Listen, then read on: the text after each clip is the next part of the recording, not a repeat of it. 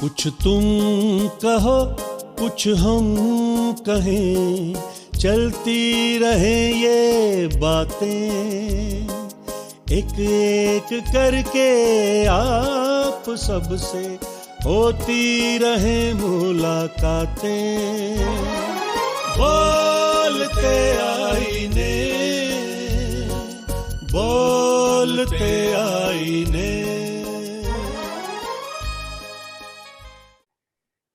बोलते आईने के तमाम नाज़रीन और जितने हमारे दर्शक हैं, इस वक्त हम सबका बेहद दिल से स्वागत करते हैं।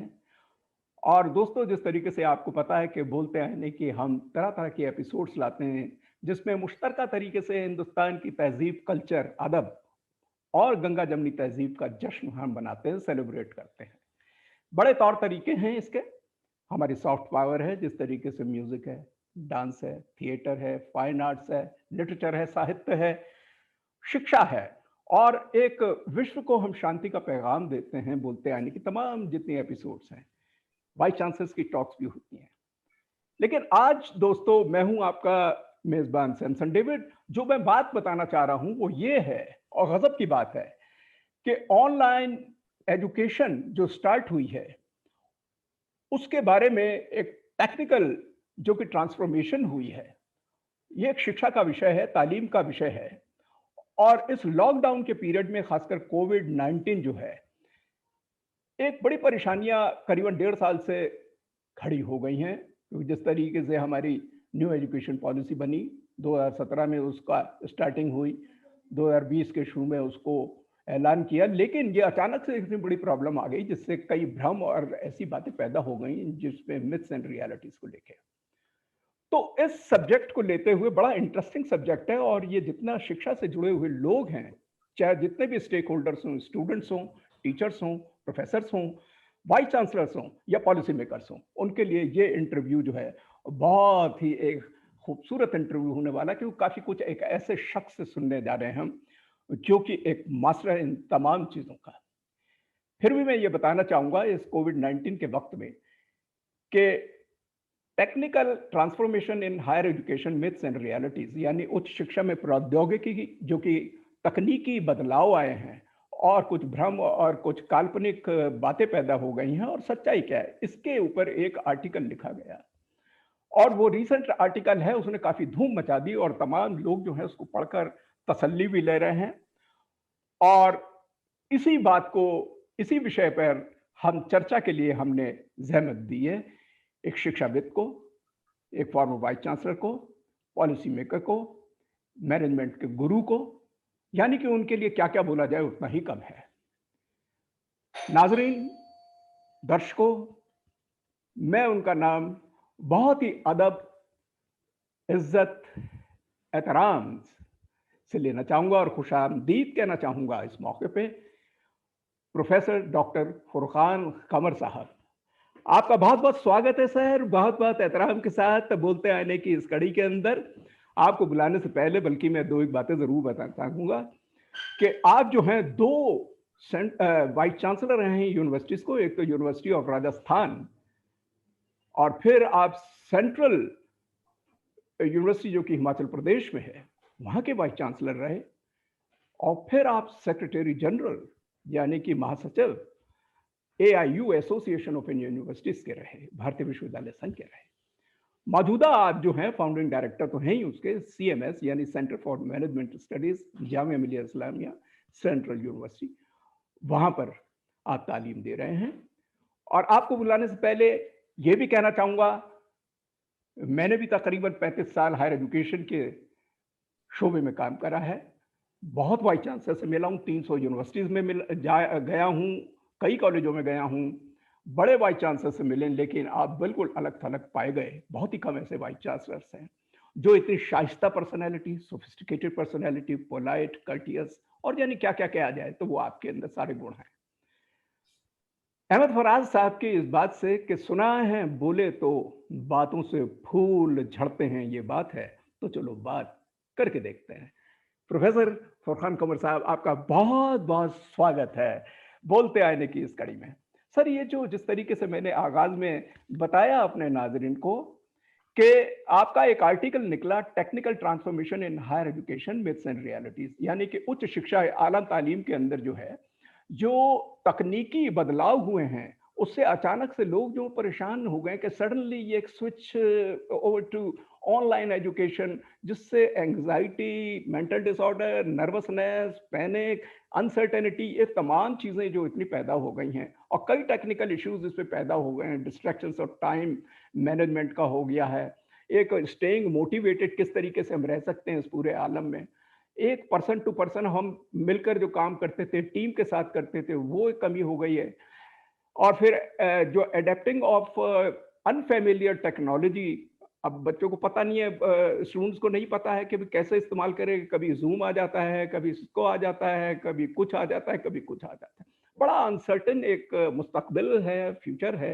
इन तमाम चीज़ों को लेकर सर, हाँ, मैं आपसे सबसे पहले बोलते आने के तमाम दर्शकों की तरफ से एक सवाल यह है कि इस आर्टिकल पे जो है ट्रांसफॉर्मेशन की जो बताई है उस शिक्षा में प्रौद्योगिकी दृष्टिकोण से, आप उस आर्टिकल को तफसील में बताइए सर, जिससे हम सबका फायदा हो। बहुत बहुत शुक्रिया सैमसन डेविड साहब। Thank you sir. मुझे बेइंतहा खुशी है कि आप एक इतने अहम काम में लगे हुए हैं। Thank you sir. मुझे फख्र है कि मैंने आपके साथ और आपने हमारे साथ AIU में बहुत ही क्लोजली तकरीबन 4 साल 4.5 साल काम किया, और फिर आपने रिटायरमेंट के बाद ये जो बीड़ा उठाया है जी सर, कि जो आपको ऊपर वाले ने जो सलाहियत दी है और जो आपकी पॉपुलैरिटी है अपनी फील्ड में, इन दोनों को मिला करके आप एजुकेशन और डेवलपमेंट और नेशनलिज्म के कॉज में लगे हुए हैं और लोगों को जोड़ रहे हैं। तो मुझे बेइंतहा फख्र है आपके आज के इस प्रोग्राम में शामिल। शुक्रिया सर, शुक्रिया सर। और नाजरीन, आपका भी शुक्रिया कि आप लोग अपनी मसरूफियत के बावजूद आज छुट्टी के दिन इस प्रोग्राम से जुड़े हुए हैं। मैं सबसे पहले तो सैमसन डेविड साहब, आपको ये जो आर्टिकल था, जरा सा इसका एक पस मंजर या इसकी एक बैकग्राउंड बताना चाहूंगा। जी सर। एक जहां पर जो वर्ल्ड बैंक के इंडिया में हेड थे हायर एजुकेशन के, फ्रांसिस्को मार्मोलेहो साहब, उनके हवाले से मुझे किसी ने अप्रोच किया था कि वो एम्स्टर्डम से एक किताब एडिट कर रहे हैं और उसमें फ्यूचर ऑफ हायर एजुकेशन पर एक आर्टिकल चाहते हैं, और उसकी एक लिमिट थी कि वो कुछ सेलेक्टेड लोगों से आर्टिकल्स इनवाइट कर रहे हैं और हर आर्टिकल जो है कोई 600 से 650 वर्ड्स के बीच में होगा, और एक फ्यूचरिस्टिक आर्टिकल चाहते हैं टेक्नोलॉजी और हायर एजुकेशन को लेकर। जी सर। तो हमने उनके लिए एक आर्टिकल लिखा, और उस आर्टिकल का जो संक्षेप में हमारा जो पूरा आर्गुमेंट था कि ये ठीक है कि कोविड के ज़माने में जबकि कैंपसेस एब्रप्टली बंद हो गए तो बच्चों का नुकसान न हो, उनका साल बर्बाद न हो, उनको उनके कैरियर में किसी तरह का नुकसान न हो, इसलिए टीचर्स ने पहले और बाद में यूनिवर्सिटियों ने और फिर उसके बाद जो रेगुलेटरी बॉडीज और जो गवर्नमेंट के इंस्टीट्यूशंस हैं वो आगे बढ़े और उन्होंने कहा कि कुछ करना चाहिए ताकि उनकी टीचिंग लर्निंग एक्टिविटीज जारी हो। टेक्नोलॉजी पहले से मौजूद थी, लेकिन उसको लेकर के लोगों में तरह तरह की दुश्वारियों का सामना था, और लोगों का ये मानना था कि ये टेक्नोलॉजी कभी भी टीचिंग के लिए कामयाब पूरी तरीके से नहीं हो सकती। जी। क्वालिटी के तौर पर तो उसको इस्तेमाल किया जा सकता है, क्वालिटी इंप्रूवमेंट के तौर पे उसको इस्तेमाल किया जा सकता है, लेकिन वो टीचर का बदल हो जाए ऐसा संभव नहीं है, ऐसा मुमकिन नहीं है। ठीक है। तो कोविड के बाद ये टेक्नोलॉजी का सहारा लिया गया और जिसको जैसे बन पड़ा, किसी ने व्हाट्सएप के जरिए जो है लोगों को अपने कुछ मैसेजेस देने शुरू किए, किसी ने सोशल मीडिया के दूसरे टूल्स को इस्तेमाल किया, फिर ये जो गूगल क्लासरूम और जूम और ये सारी चीजें आ गई और लोगों ने अपने लेवल पर सीखा, कहीं पर कुछ ट्रेनिंग प्रोग्राम ऑर्गेनाइज किया गया और बहरहाल बच्चों को इस तरीके से हम पढ़ाने लगे जी। और पूरी दुनिया में ये लगा कि साहब अब तो टेक्नोलॉजी जो है वो टीचर का सब्स्टिट्यूट हो जाएगा जी। तो उस आर्टिकल में मेरा आर्गुमेंट ये था कि साहब ये मजबूरी में तो हम लोगों ने टेक्नोलॉजी अडॉप्ट कर ली है, लेकिन एजुकेशन में कोई ऐसी एक खास बात है जो कि टेक्नोलॉजी के मीडियम से जो हम इसको डिलीवर करते हैं तो वो बात पूरी तरीके से बनती नहीं, और उसका कुछ हवाला आपने भी अपने इंट्रोडक्टरी रिमार्क्स में दिया। क्योंकि मेरी जब भी स्टूडेंट से बात होती है तो वो मिस करते हैं अपने क्लासेस को, अपने टीचर्स को, अपने कैंपस को, अपनी लाइब्रेरी को, और बेचारे बड़े बेताब हैं कि हालात काबू में आए तो वो कैंपस में आए। बल्कि कई बार तो कई यूनिवर्सिटियों में स्टूडेंट ने कुछ प्रोटेस्ट वगैरह भी किया कि साहब कैंपस खोलिए, हम आकर के पढ़ना चाहते हैं जी। शायद उनको कोविड की संजीदगी का इल्म नहीं था। जी जी। तो उसमें हमने उस आर्टिकल में आर्ग्यू किया कि जैसे ही हालात नॉर्मल होंगे वैसे ही कैंपसेस दोबारा अपनी पुरानी रविश पर, पुराने तरीके पर वापस लौट के आ जाएंगे जी। और टेक्नोलॉजी जो है पसमंजर में चली जाएगी। क्या बात है। तो वहां से जो उसके एडिटर्स थे उनका जवाब आया कि आर्टिकल बहुत अच्छा है, कंप्लीट है, वेल आर्ग्यूड है, हाँ। लेकिन फ्यूचरिस्टिक नहीं है, इसको थोड़ा सा आप फ्यूचरिस्टिक बनाएं, ये थोड़ा सा रियलिस्टिक हो गया है। क्या बात है। तो मैं ये सोचने लगा और उसके बाद हमने खैर उनकी जरूरत के हिसाब से थोड़ा सा फ्यूचरिस्टिक होकर सोचा। जी। और जब फ्यूचरिस्टिक होकर के सोचा तो एक के बाद एक उसमें बहुत सारे पहलू निकलते चले आए जो कि हमने उनके उस आर्टिकल में लिखा था जी। कि ठीक है साहब, टेक्नोलॉजी मतलब कोविड आ गया, कैंपसेस बंद हो गए, टीचिंग सारी ऑनलाइन हो गई, और फिर उसके बाद जो डिजिटल डिवाइड और नेटवर्क और कनेक्टिविटी के जो एक्सेस का इशू था, और जो पावर और इलेक्ट्रिसिटी के इश्यूज रिमोट एरियाज वगैरह में थे, उनको भी दूर कर लिया गया। वो आर्टिफिशियल सूरज जो है वो लॉन्च कर दिया गया, जिससे कि अब जो है बिजली के तार और बिजली के जनरेशन इन सब से निजात मिल गई। जो एनर्जी और पावर और लाइट का सोर्स आर्टिफिशियल सूरज हो गया। और फिर चांद और मार्स पर जो है वो आबादी बन गई। जो पूरी दुनिया के जो अमीर तरीन लोग थे उन्होंने मार्स में और चांद पे जाके बसना शुरू कर दिया, लेकिन कभी कभी वो दुनिया में भी आ जाते थे। हमारे जैसे लोग इसी दुनिया में रह गए, इस तवक्को के साथ शायद कि हमें भी कभी चांद पे जाने का मौका मिल जाए। कुछ दूसरे लोग थे जिन्होंने कारपोरेट सेक्टर ज्वाइन किया, जी जी। उनको कभी कभी मौका मिल जाता था कि वो वहां तक का सफर करें अपने बिजनेस और कारोबार के तौर पे। और बहरहाल पूरी लाइन एजुकेशन जो है इस तरह से जो टेक्नोलॉजी की लिमिटेशंस थी वो दूर कर दी गई और सब कुछ ऑनलाइन हो गया। और जब सब कुछ ऑनलाइन हो गया तो उसके बाद ये हुआ कि साहब फिर स्टूडेंट को आजाद कर दिया जाए कि वो किसी एक यूनिवर्सिटी से ही क्यों पढ़े, वो जिस यूनिवर्सिटी से जब जैसे जो पसंद आए वो कोर्स कर ले। बढ़िया बात। तो स्टूडेंट को आजादी दे दी गई। फिर ये हुआ कि ये स्टूडेंट पढ़ तो रहे हैं, लेकिन अगर उनको सर्टिफाई करना हो कि भाई उन्होंने क्या पढ़ा है, क्या सीखा है, तो उसके लिए फिर हायर एजुकेशन क्वालिफिकेशन अथॉरिटी बना दी जाए।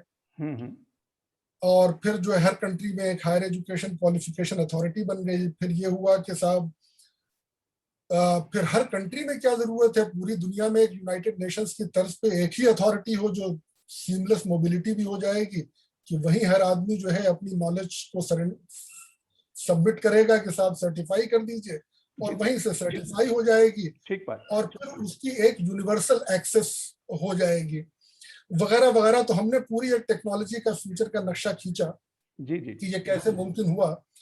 और उसके बाद वो आर्टिकल हमने आगे की 2 लाइनों पे ये खत्म किया कि साहब एकदम से मुझे एक शोर सुनाई दिया और आंख खुली तो देखा स्टूडेंट पूछ रहे हैं कि सर आप क्लास लेंगे। यानी ये कि टीचिंग बिल्कुल अपने नॉर्मल दौर पे आ चुकी थी कोरोना के कम होते ही। और मैं क्लास के इंतजार में शायद ऊँघ गया था और अपने ख्वाब में जो है ये सारी चीजें देखी थी। तो वो आर्टिकल वहां छप गया।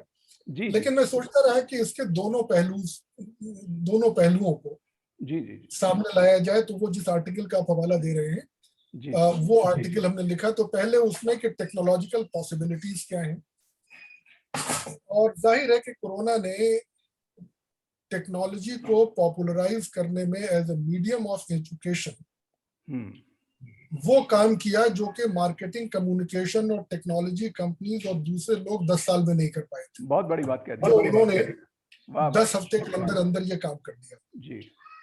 और हालात कुछ ऐसे बने कि अभी तक हम लोग जो है उस पर डिपेंड कर रहे हैं। उसकी अपनी अपॉर्चुनिटीज भी हैं जी। मसलन ये कि अब यही एक अपॉर्चुनिटी है कि आप शायद अगर ये कोरोना न लगा होता तो इस प्लेटफॉर्म पे और इस मोड में ये प्रोग्राम करने के बारे में शायद सोचते भी नहीं। आपका जो पूरा ध्यान जाता है वो एक फिजिकल फॉर्मेट पे जाता है कि एक थिएटर हायर करें, एक स्टूडियो हायर करें, वहां पे लोगों को बुलाएं और बातचीत की जाए और ऑडियंस जमा किए जाए। लेकिन अब चूंकि एक मजबूरी है और कुछ काम आगे करना है तो इसलिए हम लोगों ने भी क्रिएटिवली सोचा। तो टीचिंग में भी ये सोचा, वेबिनार्स में भी यही हुआ, सेमिनार्स में भी यही हुआ। तो मैं ये देख रहा हूं कि उसमें अपॉर्चुनिटी ये है कि जो सीखना चाहे जी सर को तो मौके बहुत सारे हासिल हो गए। क्या बात है। टेक्नोलॉजी को यूज करके बहुत अच्छा। जो पढ़ाना चाहे और जो सिखाना चाहे वो टेक्नोलॉजी को यूज करके क्लासरूम के मुकाबले में और भी बेहतर तरीके से वाह उसको पढ़ा सकता है, सिखा सकता है। जी जी जी। मसला ये है कि क्लासों में कोई 10% लोग तो ऐसे होते हैं जो कि सिंसियरली पढ़ना चाहते हैं। ठीक कह रहे हैं आप। और शायद इतनी ही या इससे बड़ी कुछ तादाद ये होगी कि उन टीचर्स की जो कि पढ़ाने के लिए हमेशा बेताब रहते हैं। वरना दोनों के लिए उनके सामने अपनी अलग अलग मजबूरियां हैं। अक्सर टीचर्स के सामने और दूसरे मसरूफियात हैं, कुछ नहीं तो अपने पीयर रिव्यूड पब्लिकेशन और जर्नल और रिसर्च में ज्यादा लगे रहते हैं। स्टूडेंट के सामने और दूसरे शगल हैं, उसमें वो लगे रहते हैं। तो जो सीखना चाहे, जो पढ़ाना चाहे, जो सिखाना चाहे, उसके लिए इस टेक्नोलॉजी ने बहुत सारी पॉसिबिलिटीज खोल दी है जी। अब बात यह है कि कुछ लोगों का मानना है कि साहब टेक्नोलॉजी जो है वो टीचिंग को बहुत इंटरटेनिंग भी बना देती है। ये तो सही है कि जैसे अब आपका ही ये प्रोग्राम होगा तो मुझे यकीन है कि आप इसमें कुछ म्यूजिक भी जोड़ेंगे, कुछ शेर व शायरी भी होगी, तो जाहिर है कि वो इंटरटेनिंग हो जाएगा। वो 1 घंटे का बोरिंग लेक्चर नहीं होगा।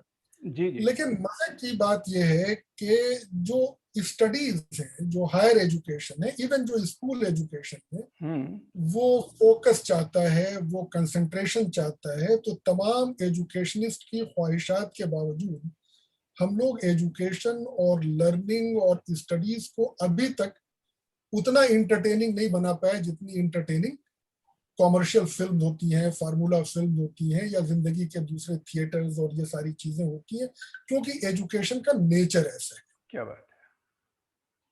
तो अब जो है वो टेक्नोलॉजी में ये होता है कि हम पढ़ा तो रहे हैं, स्टूडेंट टेक्निकली लॉगिन है, वो हमें दिख भी रहा है, लेकिन ये कि अब उसमें से वाकई कितने फोकस हैं, कितने कंसंट्रेशन में है, ये हमें नहीं मालूम। जी जी जी। और हम टेक्नोलॉजी को यूज करके जो है उनका असेसमेंट और इवैल्यूएशन भी कर रहे हैं और उसकी भी हमें कुछ लिमिटेशंस नजर आ रही हैं जी। और फिर कुछ कोरोना की वजह से जो है वो टीचर्स की स्टूडेंट के लिए हमदर्दी है कि मालूम आप क्लास पढ़ा रहे हैं, क्लास के दौरान इत्तला मिली कि साहब फला लड़के के दादा गुजर गए, फादर बीमार हो गए, मदर चली गई, तो ये सब लग करके लगता है। तो वो पूरे इवैल्यूएशन प्रोसेस में भी कहीं ना कहीं वो एक कंप्रोमाइज हो गया। तो मुझे लगता है कि टेक्नोलॉजी का हम लोग यूज तो कर रहे हैं, लेकिन हमें खुद नहीं मालूम कि ये टेक्नोलॉजी टीचिंग और लर्निंग में कितनी इफेक्टिव हो रही है। पॉपुलर तो हो रही है, लोगों ने जो है वो कुछ न कुछ करके अपने को इस लायक बना लिया कि वो उसको एक्सेस कर पाए। जाहिर है कुछ लोगों ने आसानी से खुद को इस लायक बना लिया, कुछ लोगों को बड़ी दुश्वारियां हुई। जैसे कि आप एक मिसाल दे रहे थे कि भाई घर में एक ही फोन है जो माँ बाप और 2 बच्चे 4 लोग इस्तेमाल कर रहे हैं, तो वो कैसे उसको अपने क्लासेस करें। तो लेकिन ये कि हमें नहीं मालूम एज ए टीचर कि वो कितना इफेक्टिव है, कितना कामयाब है, कितना कारगर है। प्रोफेसर यशपाल जो अब दुनिया में नहीं रहे, पहले साइंटिस्ट और यूजीसी के पुराने चेयरमैन, उनका ये कहना था जब वो ये कमिटी फॉर रिजुविनेशन पे काम कर रहे थे कि साहब ये जो एजुकेशन है वो कुछ टच स्पोर्ट्स है कि जब तक कि इसमें धक्का मुक्का ना हो तब तक आपको खेल का मजा नहीं आता। तो आप कंप्यूटर पे बैठ करके बास्केटबॉल, फुटबॉल, हॉकी, ये सब माउस और कीबोर्ड के 4 बटन से अपनी 4 उंगलियों को इस्तेमाल करके खेल तो सकते हैं, लेकिन आपको वो मजा नहीं आएगा जब आप फील्ड में जो होते हैं और जब कबड्डी खेल रहे होते हैं और जब बॉल लेकर के भाग रहे होते हैं बहुत बड़ी अपने बात है। बास्केटबॉल कोर्ट में और फुटबॉल में, जब आप एक दूसरे को पास कर रहे होते हैं, तो जो जी मजा, जो स्किल जो डेवलप होता है, तो यही बात एजुकेशन। जी जी जी। एजुकेशन सिर्फ लेक्चर देना, लेक्चर सुनना, जब जी में आए जिसका मुंह चाहे आप बंद कर दें टेप लगा करके, जो कि जूम में मुमकिन है, आप अभी चाहें तो हमको म्यूट कर दीजिए ठीक कि कह भाई रहे बात हैं। समझ में नहीं आ रही है। तो ये इस तरह से एजुकेशन में होता नहीं है। एजुकेशन तो गुत्थम गुत्था, धक्का मुक्की, एक दूसरे के साथ साथ में मिलजुल ह्यूमर, करके, ह्यूमर, वेट, ये तमाम चीजें, छेड़खानी, मजाक, ये भी एक पहलू है। क्लास में ही मतलब अगर अभी आप ये सामने न हो और आपकी शक्ल दिख न रही हो और मुझे सिर्फ दीवार के साथ बात करनी पड़े, तो इतनी बातें नहीं निकलेंगी। तो मतलब ये कि क्योंकि इंसान को इंसान से जाहिर राह है, है, इंसान लगाव को है, ठीक कह रहे तो वो क्लास में भी यही होता है कि जब हम क्लास में पढ़ा रहे होते हैं, लेक्चर दे रहे होते हैं, तो स्टूडेंट्स का अटेंशन कितना रैप्ट है, कितना वो जो है वो उससे भटक रहे हैं, कब उनकी आंखों की चमक खत्म हो गई और क्या कब बात उनकी है। आंखों की चमक वापस आ जी हाँ गई। जी। इससे हमें कंटिन्यूअस फीडबैक मिलता है कि हमें अपने लेक्चर्स को कैसे इम्प्रूव करना है, ताकि उनको कैसे इंगेज करते रहे। तो ये सारी चीजें हम मिस करते हैं। उसके अलावा जो एक सोशल एस्पेक्ट्स है, जी जो कम्युनिटी लिविंग का एस्पेक्ट है, जो कम्युनिटी इंगेजमेंट का जो एस्पेक्ट है, वो सब हम मिस करते हैं। तो टेक्नोलॉजी, फिर हमने अपने इस आर्टिकल में लिखा कि साहब टेक्नोलॉजी में पॉसिबिलिटीज बहुत हैं, लोग कर सकते हैं। एक चैलेंज भी अभी है कि जो अभी क्या हो रहा है कि वैसे ही ऑलरेडी बहुत सारे डिवाइड्स मौजूद हैं, जी। लेकिन अब साथ में उसमें एक डिजिटल डिवाइड भी शामिल हो रहा है। तो अब गांव में क्या होगा, रिमोट एरियाज में क्या होगा, ट्राइबल्स के साथ क्या होगा, जिन लोगों के पास आमदनी का कोई जरिया, कोई तरीका नहीं है, जिनकी रोजगार खत्म हो गया, वो बेचारे कैसे पढ़ रहे होंगे, उनके पास ये फोन और कनेक्टिविटी और ये सब कहाँ से आ रहा होगा। एक सबसे बड़ी बात यह है कि जो लोग ऐसे तालिब इल्म हैं जिनके के माँ बाप, दादा दादी, नाना नानी पढ़े लिखे हैं, तो वो तो उस बच्चे के साथ उस मोबाइल फोन पे बैठ जाते हैं और वो टीचर के साथ साथ वो बच्चे को खुद भी पढ़ाते रहते हैं, क्लास खत्म हो जाने के बाद भी वो पढ़ाते रहते हैं। लेकिन अब वो ऐसा बच्चा जिसके के माँ बाप नहीं पढ़ लिख पाए थे, डेली वेज वर्कर हैं, ठेला चलाते हैं, छोटी मोटी सी कोई दुकान करते हैं, उनके पास न तो इतना वक्त होता है कि वो बच्चों को बिठा लें। और बाज दफा कल ही की एक फोटो थी कि एक शख्स जो है वो जूते की रिपेयर कर रहा है और उसके बराबर में एक छोटा बच्चा बैठा हुआ अपनी किताब कापी से कुछ पढ़ाई भी कर रहा है। हालांकि उसके जो फॉर्मर हमारे एजुकेशन सेक्रेटरी थे, उन्होंने एक कमेंट भी किया सोशल मीडिया पे कि भाई ये होनहार बच्चा आगे चल करके बहुत कामयाब होगा और हम दुआ करते हैं। तो ऐसी तादाद हमारे मुल्क में बहुत बड़ी है। जी हाँ। तो ये मान के चलना कि हम टेक्नोलॉजी के जरिए सबको पढ़ा लेंगे और टेक्नोलॉजी से हम क्वालिटी एजुकेशन वहां तक पहुंचा देंगे जहां तक अभी नहीं पहुंचा पाए हैं, ये जो है एक भ्रम है। ऐसा होना नहीं है। टेक्नोलॉजी की रीच होने से पहले अच्छे स्कूल, अच्छे टीचर्स का होना भी जरूरी है। कल ही मैं एग्जामिनेशन रिफॉर्म्स पे कहीं एक लेक्चर दे रहा था, बल्कि वो भी एक आर्टिकल छप करके आ गया है, मैं आपको भेजूंगा, कि भाई ये जो people of no means, people of less means, उनका मुकाबला जब उन लोगों के साथ होगा जो कि एफ्लुएंट थे, हर तरह की सहूलत, आसाइश, आराइश उनको मिली हुई है, तो एक चैलेंज है कि इन लोगों की एजुकेशन की क्वालिटी कैसे पूरी की जाए। जी जी। एग्जामिनेशन को लेकर के भी ये चैलेंज है जी। तो बहरहाल इस आर्टिकल में भी फिर हमने ये कहा है कि देखिए जैसे ही हालात नॉर्मल होंगे, जी जी जी, वैसे ही यूनिवर्सिटियां वापस अपने उसी पुराने ढर्रे पर आ जाएंगे। अच्छा। इसलिए नहीं कि टीचर्स टेक्नोलॉजी की मुखालफत कर रहे हैं, टीचर्स ने टेक्नोलॉजी को अडॉप्ट किया और उसको इस्तेमाल किया, लेकिन टेक्नोलॉजी की अपनी लिमिटेशन है। ठीक कह रहे हैं। और हिस्टोरिकली 2-3 एग्जांपल्स मैं और दे दूं, शायद मेरी बात लंबी हो गई। जी प्लीज, नहीं बताइए प्लीज। तो 2-3 एग्जांपल, क्योंकि ये पहली बार नहीं होगा कि आईसीटी के बाद लोगों ने कहना शुरू किया कि अब टीचर्स रिडंडेंट हो जाएंगे। जैसे कि सैम पिट्रोडा साहब ने अपने एक लेक्चर में कहा कि भाई हर डिसिप्लिन में बहुत सारे टीचर्स होने की क्या जरूरत है, एक अच्छा टीचर हो तो वो लेक्चर दे और उसको पूरी दुनिया के लोग सुन लें, पढ़ लें।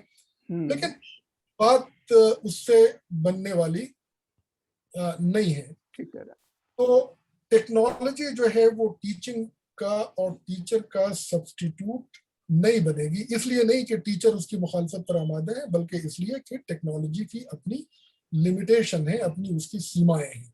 ठीक। और स्टूडेंट्स, टीचर्स सभी ये चाहते हैं कि जब कैंपसेस नॉर्मल हो जाएं, उनकी लाइफ को उतना खतरा नहीं हो, तो वो कैंपसेस में वापस आ जाएं। और हिस्टोरिकल रीजन ये है कि जब टेक्स्ट बुक का पब्लिकेशन इन्वेंट हुआ तो लोगों ने कहा वाह भाई, अब तो गुरुजी रिडंडेंट हो गए, क्योंकि जो ज्ञान इनके सीने में था या उस्ताद के दिमाग में जो इल्म था, अब वो छप करके कागज पर आ गया। और अब तो बस उसको पढ़ना सिखा दीजिए, वो अपने आप ये पढ़ने लगेगा। तो अब पंडित जी पर, अब गुरु जी पर, अब उस्ताद पर किसी तरह की कोई डिपेंडेंस नहीं है जी। लेकिन आपको मालूम है कि कई सदियां गुजर जाने के बाद टेक्स्ट बुक और टीचर्स दोनों एक दूसरे के लाजिम और मलजूम, एक दूसरे के कॉम्प्लीमेंट के तौर पर काम कर रहे हैं। जी। जब रेडियो आया तो उन्होंने कहा वाह, अब इसकी क्या जरूरत है, रेडियो में तो एक टीचर वो काम कर सकता है जो कि 300 टीचर करते थे। बस बीबीसी से प्रोग्राम लर्निंग का नशर हो और हर बच्चा उसको सुने और सीखे। जी जी जी जी। बहुत इस पे अमल भी हुआ, लेकिन वो हो नहीं पाया। जब टेलीविजन आया तो बहुत, खास करके जब रंगीन टेलीविजन आया जी जी, तो बहुत सारे लोगों ने तो एजुकेशनल चैनल शुरू कर दिए कमर्शियल, ये मान करके कि they will be now a new generation universities. लेकिन कुछ हुआ ये कि वो भी बात नहीं बन पाई। जी सर। कुछ ऐसा है टीचर और स्टूडेंट के रिलेशनशिप में जी सर, जिसको कि हम समझ नहीं पाते, जिसको कि हम समझा नहीं पाते, और बहुत सारे लोग इसको समझना नहीं चाहते। अच्छा। अगर समझना चाहें तो हमारे सामने बहुत सारे इसके एग्जाम्पल्स हैं जी, कि भाई अमेरिका की और वर्ल्ड क्लास बहुत सारे दूसरे यूरोपियन कंट्रीज की यूनिवर्सिटी जो हमसे कहीं ज्यादा टेक्नोलॉजिकली एडवांस्ड जी जी जी, उन्होंने अपने सारे कोर्सेज को ऑनलाइन मूक्स प्लेटफॉर्म पे ढाल दिया है। लेकिन उसके बावजूद उनमें से किसी ने अब तक ये कोशिश नहीं की है कि अपने यहाँ टीचरों की तादाद कम कर दें, बल्कि उनका अगर आप जो है विजन देखें, उनका अगर आप फ्यूचर प्लान देखें, रोड मैप देखें, तो वो और टीचर अपने यहाँ लाना चाहते हैं जी सर। तो टेक्नोलॉजी को as a quality improvement tool, as an instrument for promoting excellence तो वो इस्तेमाल कर रहे हैं। और मुझे लगता है कि यही अप्रोच उचित भी है। और खास करके अगर आप जो है वो वर्ल्ड लीडर बनना चाहते हैं या वर्ल्ड लीडर्स में से एक बनना चाहते हैं, तो आपको सिर्फ नॉलेज का कंज्यूमर नहीं होना पड़ेगा, बल्कि नॉलेज का प्रोड्यूसर भी होना पड़ेगा जी। और नॉलेज के प्रोडक्शन के लिए जरूरी है कि टीचिंग, रिसर्च और ये एक्टिविटी बिल्कुल ठीक कह रहे हैं चलती है। 15वीं सदी 16वीं सदी में प्लेग बहुत फैलता था, अमेरिका में भी, यूरोप में भी जी।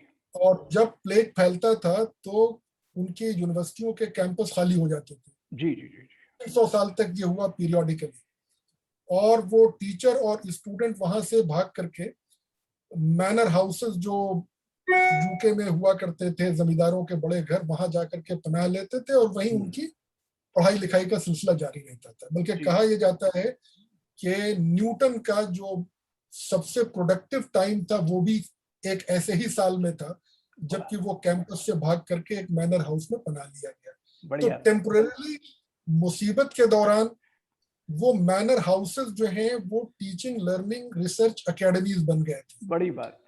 लेकिन जैसे ही हालात ठीक हुए, वो लोग मैनर हाउस से दोबारा अपने कैंपसेस में आ गए, और हमें कोई मिसाल ऐसी नहीं बनती कि कोई मैनर हाउस परमानेंटली कोई रिसर्च एकेडमी या टीचिंग एकेडमी बन गया हो जी। तो मेरा ख्याल ये हम लोगों की खुशफहमी होगी ये मानना कि आगे मुस्तकबिल जो है वो टेक्नोलॉजी में ही है, बाकी सब खत्म हो जाएगा, ब्रिक एंड मॉर्टर यूनिवर्सिटी का वजूद खत्म हो जाएगा। तो इस आर्टिकल में मोटे तौर पे, अब डिटेल्स में तो और बहुत सारी चीजें होंगी, तो शायद एक लिंक के तौर पे आप शेयर कर दीजिए, लोग पढ़ लेंगे। बिल्कुल बिल्कुल। लेकिन ये मोटे तौर पे ये बातें हमने उसमें बताई हैं। बहुत बढ़िया सर, ये तकरीबन आपका तमाम बातें जो प्रॉस एंड कॉन्स और बैलेंस्ड व्यू या एक ब्लेंडेड व्यू करके आपने जो तमाम बातें कही कि technical transformation in higher education myths and realities के अंदर, बल्कि एक कोट याद आ रही है कि best success after greatest disappointments. Mirza Ghalib साहब तो बल्कि ये कहते हैं कि मुश्किलें मुझ पर पड़ी इतनी कि आसान हो गई। तो ये वही हो गई, इतनी मुश्किलों से हम जो गुजर रहे हैं। और आपने अपनी जो तमाम तफसील में जो बातचीत करी है सर, तकरीर में जो हमको समझाया, उस पर तो थोड़ा बहुत जो मैं निकाल पाया वो ये है कि आप कहना चाह रहे हैं कि teaching shall play important role in reformation of education, और जो ट्रांसपेरेंसी आएगी it will breed out the corruption part, और इस पे हमारा जो क्रिएटिविटी और ट्रस्ट जो स्टेक होल्डर्स का वो बढ़ेगा। एक कनेक्टेड वर्ल्ड का आपने व्यू बताया कि anywhere any time you can learn from, like एक फिनलैंड में बैठा हुआ फिजिक्स का टीचर या इंडिया का बैठा हुआ जापान में सबको सिखा सकता है। सारी बड़ी बड़ी यूनिवर्सिटीज हैं, चाहे स्टैनफोर्ड है, ऑक्सफोर्ड है, ये तमाम चीज जो हैं आप एजुकेशन ले सकते हैं। तो ये तमाम चीजें आपने बताई, और सबसे बड़ी बात जो आपने बताई कि वक्त ऐसा आएगा कि फिर से आप जो ईंट और पत्थरों की जो बनी हुई इमारतें हैं, बड़ी खूबसूरत हमारी बिल्डिंग्स और बड़ी बड़ी यूनिवर्सिटीज ऑल ओवर इंडिया में, कितनी यूनिवर्सिटीज और कॉलेजेस हैं, पूरी दुनिया में कितनी यूनिवर्सिटीज और कॉलेजेस हैं, सब जगह लोग युवा फिर से मिलेंगे, हाथ मिलाएंगे और मुस्कुराएंगे और एक दूसरे के साथ ह्यूमर एंड विट, क्योंकि अभी ये मिसिंग है। ऑनलाइन में तो बैठ के अगर हम किसी से कहना चाहिए कि आपको हम शेफ हैं, ये एक रेसिपी बना के दिखा रहे हैं कि देखिए साहब ये रसगुल्ला ऐसे बनता है, अगर हम हकीकी जिंदगी में हो तो चखा के दिखाते, इस पे नहीं चख सकते। तो ये तो ये लिमिटेशंस बहरहाल रही हैं सर। तो ये तमाम चीजें, दो एक चीजें मैं सर आपका कीमती वक्त में लेना चाहूंगा, वो ये है कि हमारे बोलते आईने के कुछ दर्शक हैं, जब उनको पता चला कि प्रोफेसर फुरकान कमर साहब आ रहे हैं आपके शो में, तो उन्होंने दो एक सवाल मेरे पास जल्दी से भेज दिए। एक आध का जवाब तो आपने बड़ा ही सफाई से दे दिया, और एक का ऑलरेडी आप दे चुके हैं, लेकिन फिर भी मालेर कोटला से प्रोफेसर इरशाद अहमद खान साहब हैं, उन्होंने ये कहा कि डिजिटल एजुकेशन या ऑनलाइन एजुकेशन सर ये क्या एक अभिशाप है या वरदान है, बेन है या बून है? इसको दो लफ्जों में सर उनको बता दीजिए प्लीज। नहीं, ये दोनों, ये बात हमने आज मेरा ख्याल पूरे लेक्चर का लबोबुबाब ये था। बिल्कुल है। इसमें जो है बून बहुत सारे हैं, अगर हम उससे बेनिफिट करना चाहें तो पॉसिबिलिटीज बहुत है। बून इस तरह से है, वरदान इस तरह से है कि हम अपनी एजुकेशन की जो क्वालिटी है अगर उसको बढ़ाना चाहें, उसकी लर्निंग की जो क्वालिटी है उसको बढ़ाना चाहें तो हम टेक्नोलॉजी का इस्तेमाल करके बढ़ा सकते हैं। तो बहुत सारे इसके फायदे हैं। बेन हम नहीं कहेंगे, लेकिन ये बेन तब बन जाएगा जब कोई ये एज्यूम करे कि टेक्नोलॉजी कैन सब्स्टिट्यूट टीचर। अगर ये मान करके आप आगे बढ़ेंगे तो फिर ये टेक्नोलॉजी बहुत बड़ी बात कह दी आपने, ठीक है। वरदान के बजाय अपने देश के लिए और अपनी लर्निंग के लिए और नॉलेज के लिए एक अभिशाप बन जाएगी। अभी तक हमें इस तरह की कोई वो नहीं दिखाई देती कि लोग जो है वो टीचर्स को खत्म करके टेक्नोलॉजी को प्रमोट करना चाहते हैं। अभी भी जब इस इशू पर बहस करें तो नहीं वो कहते हैं कि नहीं साहब अब टीचर्स तो रहेंगे, कौन टीचर्स को कम कर रहा है जी। तो मेरा ख्याल, मेरी गुजारिश ये होगी कि इसको और अच्छा वरदान साबित करने के लिए टीचर्स पर इन्वेस्ट करना बेइंतहा जरूरी है हर मुल्क के लिए, और खास करके हिंदुस्तान जैसे मुल्क के लिए। जी जी जी जी। तो मेरा ख्याल, और पूरा लेक्चर मेरा ख्याल इसी सवाल के इर्द गिर्द था कि इट्स अ बून और इट्स अ बेन, और what are the pro and what are the cons.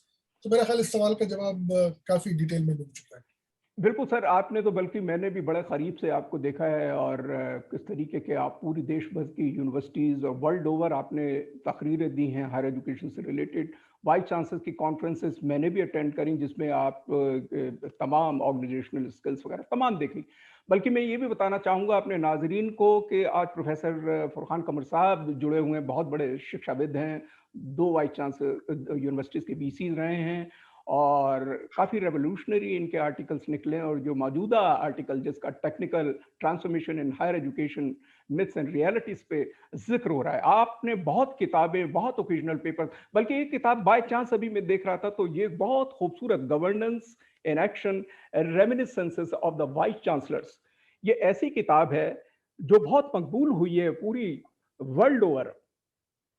इसके ऊपर बहुत मेहनत करी है प्रोफेसर फुरकान साहब ने और सिलसिला रमा देवी पानी जी ने। इस किताब के बारे में बताना चाहूंगा, काफी बड़ी भारी भरकम किताब है।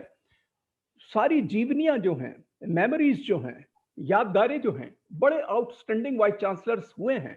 मान लीजिए मसलन मैं कहता हूँ वी आर मेहता साहब हैं, आनंद कृष्णन साहब हैं, वाई के अलग साहब हैं, एम पठान साहब हैं, रणवीर सिंह जी हैं, के अग्रवाल साहब हैं, सैयद इकबाल हसनैन हैं, त्यागराजन साहब हैं, अब्दुल वाहिद साहब हैं, मानिक राव सालुंखे साहब हैं, DS राठौर, और इस तरीके नागेश्वर राव, पंकज मित्तल जी, देव स्वरूप जी, ये तमाम बहुत बड़े बड़े शख्सियात जो निकली हैं, शिक्षाविद हैं, उन तमाम के बारे में। अलावा इसके आपके कई किताबें हैं और कई ओकेजनल पेपर्स, बल्कि internationalisation of higher education, Veena Bhalla ji के साथ मिलकर ये किताब ये मेरे हाथ में है।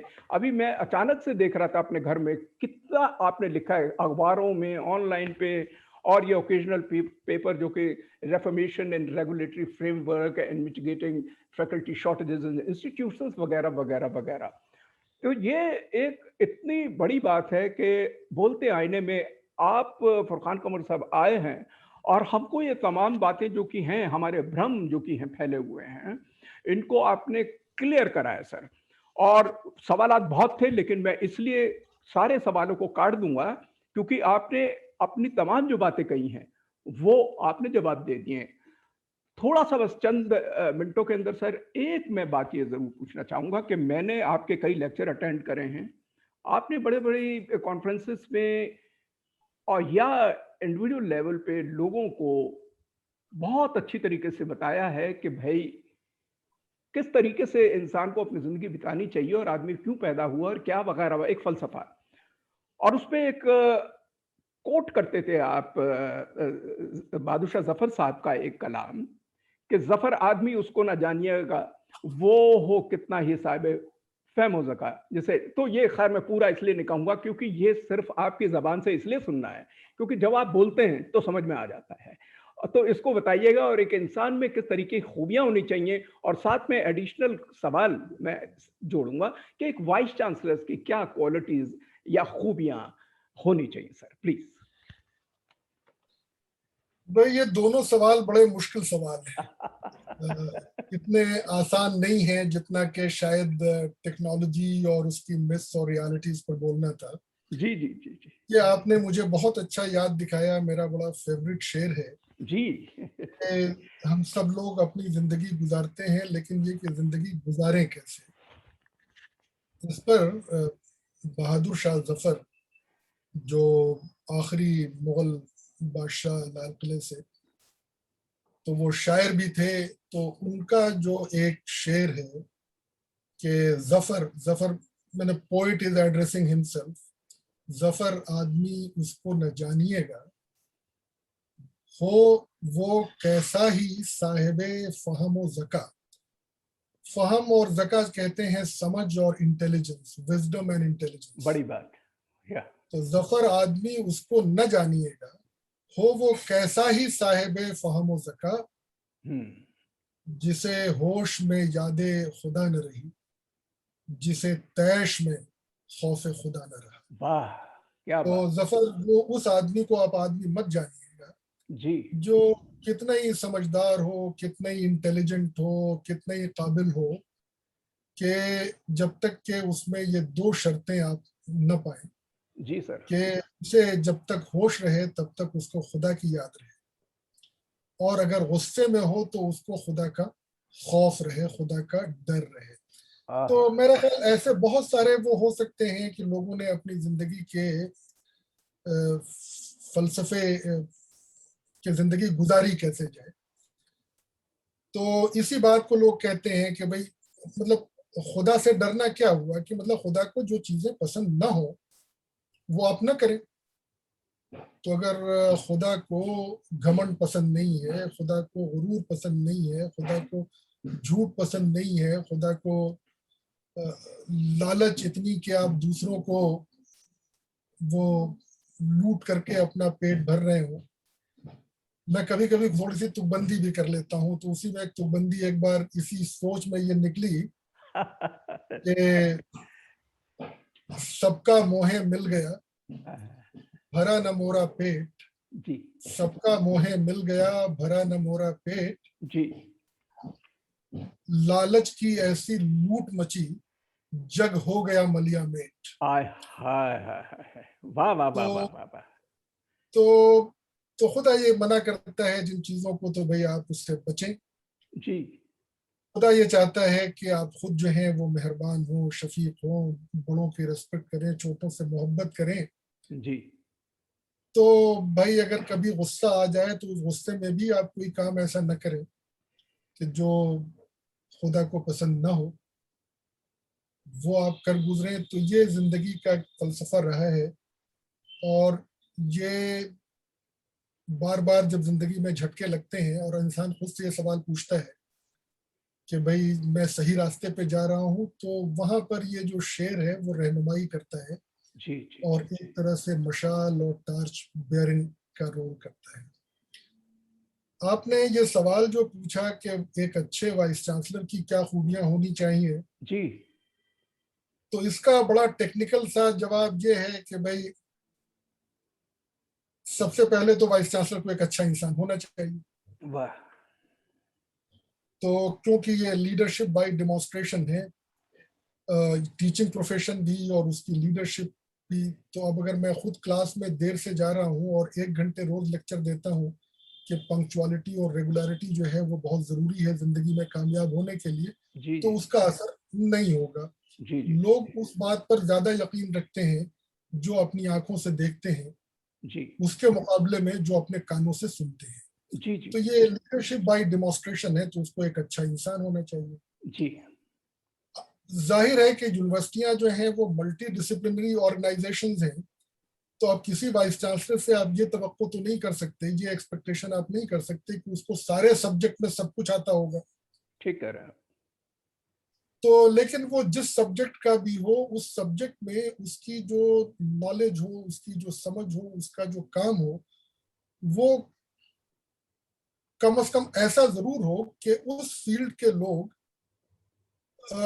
उसके काम को सराहें। सराहें नहीं तो कम से कम वो एक्सेप्ट करें कि हाँ भाई ये काम तो वो है, तो जी जी अपने सब्जेक्ट में जो है वो एक्सपर्ट हो। जाहिर है कि इस पर जितना जोर दिया जाए उतना कम है, और बहुत ज्यादा जोर दिया भी नहीं जा सकता कि उसे ऑनेस्ट होना चाहिए, उसे क्रेडिबल होना चाहिए, वगैरह वगैरह। एक चीज जिसपे कह करके मैं ये क्वालिटी से ज्यादा उसकी स्टाइल पर है कि अक्सर ये देखने में आया है कि कुछ लोग ये समझते हैं कि सिर्फ उनका अपना काम और सिर्फ उनका अपना योगदान योगदान है, बाकी सब लोगों का कंट्रीब्यूशन उतना अहम नहीं है। तो आप अक्सर ये पाएंगे कि वो अपने प्रेडिसेसर्स को क्रिटिसाइज कर रहे हैं या अपने कोलीग के बारे में कह रहे हैं, और उनको हमेशा ये शिकायत है। देखिए, यूनिवर्सिटी का परफॉर्मेंस जब भी नापा जाएगा तो it is a sum total of the accomplishment, performance and achievement of all stakeholders of the university. हाँ, कलेक्टिव। जी मेरा अपना परफॉर्मेंस जी जी जी कितना ही हो जाए, वो कभी भी इतना नहीं हो सकता कि वो बाकी तमाम लोगों के परफॉर्मेंस पर हावी हो जाए। बेहद खूबसूरत, वाह।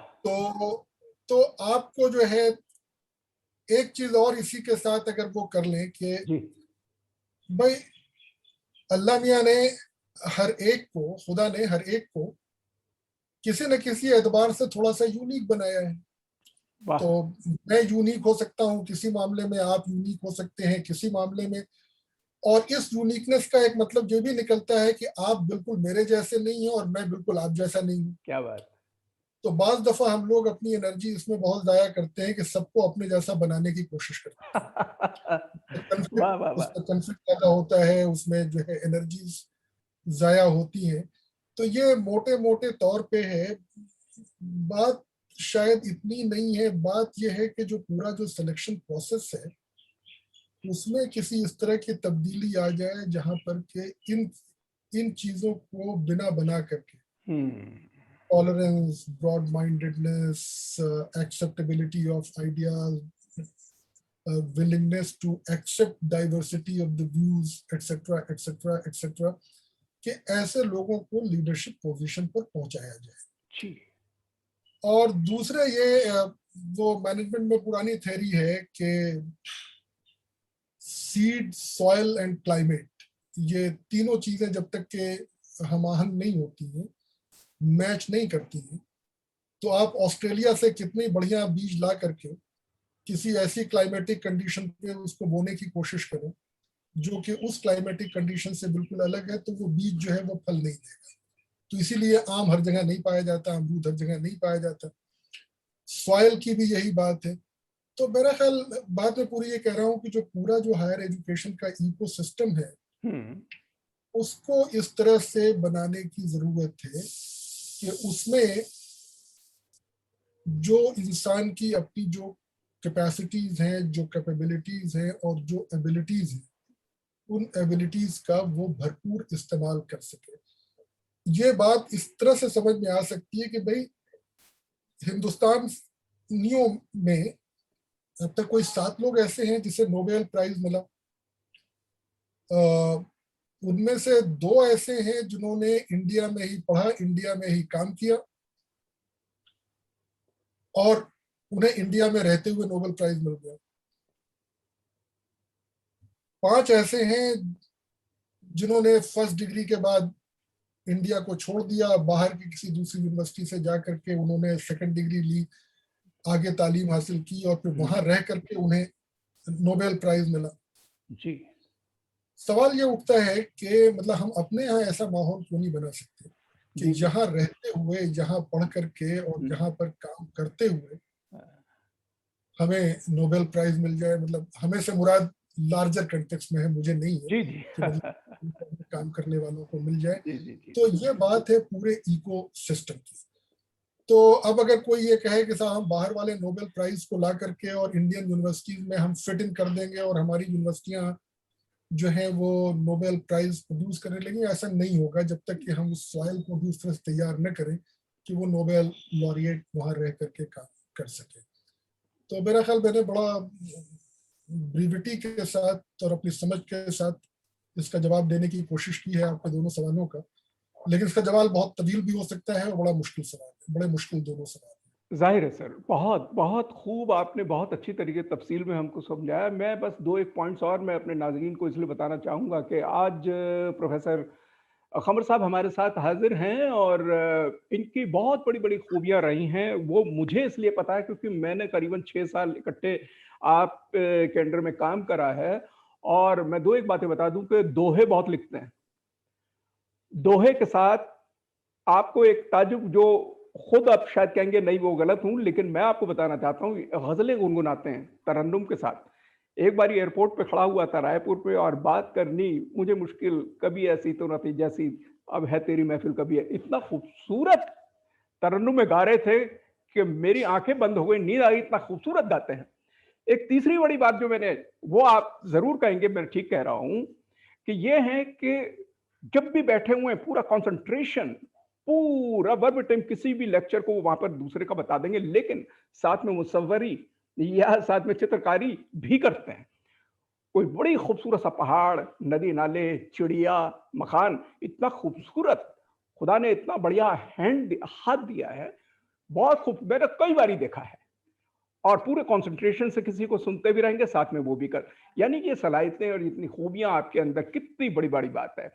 वो इसलिए है क्योंकि देखिए एक मिट्टी की भी बात होती है, हिंदुस्तान में है।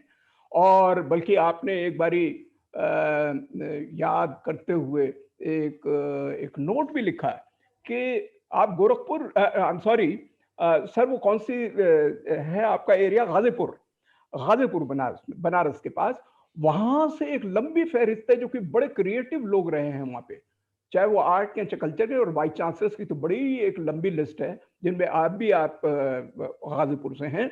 और एक लिस्ट में थोड़े से नाम मैं बता दूं, वहां के कितने बड़े बड़े लोग आए हैं।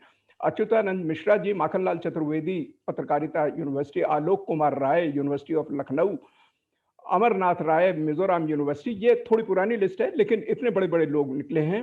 AC पांडे साहब बुंदेलखंड यूनिवर्सिटी, फुरकान साहब ऑलरेडी राजस्थान यूनिवर्सिटी और central university of Himachal Pradesh, Hardev Singh Yadav साहब ईटानगर में रहे, और हरिकेश बहादुर जी, हामिद अंसारी साहब बड़ा नोन नेम है जो कि AMU में रहे, KN सिंह यादव रानी दुर्गावती विश्वविद्यालय में थे, और उसी तरीके से बहुत सारे हैं, मंगला राय जी का जिस तरीके से मैंने बताया, और मुनीस साहब को तो कौन नहीं जानता, मुनीस रजा साहब दिल्ली यूनिवर्सिटी के, मेरे भी, मैं उधर पढ़ता था, हमारे वाइस चांसलर रहे। तो मशीरुल हक साहब जो कि कश्मीर यूनिवर्सिटी के थे, प्रीतम सिंह साहब, और इस तरीके की बहुत ही लंबी लिस्ट है जो कि गाजीपुर से बिलोंग करते हैं। और ये जरूर कोई एक मिट्टी की ऐसी बात है कि वहां से इतने बड़े बड़े इंटेलेक्चुअल वहां से निकले हैं। सर, हम बहुत बहुत आपको एक बारी फिर से हाथ जोड़ के नमन करते हैं और बहुत बहुत शुक्रिया अदा करते हैं कि आप आज बोलते आने की इस कड़ी में आकर आपने ऑनलाइन शिक्षा की चुनौतियां, जो चैलेंजेस ऑफ ऑनलाइन एजुकेशन, और उसके तहत आपका जो बेमिसाल एक आर्टिकल निकला कि technical transformation and higher education myths and realities पे आपने इतना तफसील से हमको समझाया कि बहुत कुछ समझ में आ गया। और आखिरी नोट पे आपने बल्कि यही कहा कि नासिर काज़मी साहब ने जिस तरीके से कहा कि वक्त अच्छा भी आएगा नासिर, गम ना कर, जिंदगी पड़ी है अभी। एक बार फिर से हम एक नई शख्सियत के साथ हम आपके सामने प्रस्तुत होंगे। फुरकान कमर साहब, सर बहुत बहुत अदब एहतराम के साथ एक बार फिर से हम सबकी तरफ से सलाम आदाब। Thank you very very much.